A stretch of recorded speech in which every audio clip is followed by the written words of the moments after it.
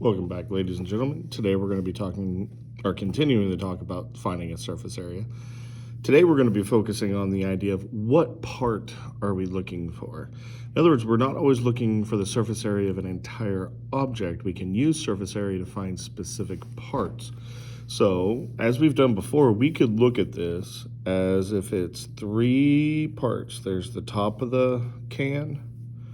Then, remember, we can cut this label, just like you can go home and cut a label off, peel it off, and when you do so, it'll turn into a rectangle.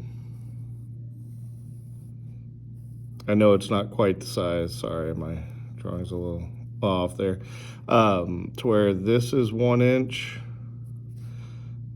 the radius here is 1 inch, and then we have our rectangle here, which is 2 inches tall. So all we've done is created a net from our original picture. Now what we need to realize is how much paper. There's no paper on the top of this lid. There's no paper on the bottom of the lid. Think about it, that label is the only place where there's paper. So really all we're trying to do is find the area of this rectangle. We don't need for our final answer the area of these two circles. Now we are going to need to know the area of the circle, or at least the circumference of the circle, because the length of the outside of this circle is the same as the length of the base of our rectangle. So if we remember, circumference equals 2 pi times r. It doesn't tell us to use 3.14, so what I'm going to do is I'm going to leave pi as pi, and our radius is 1. Anything times 1 is itself, so 2 times pi. Now we have this length. The length here, L, is equal to 2 pi because C is equal to L, where the circumference is equal to the length.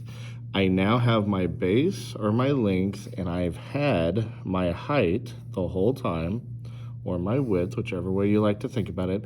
So the area of a rectangle is equal to length times width, which is equal to 2 pi times 2, which is equal to 4 pi.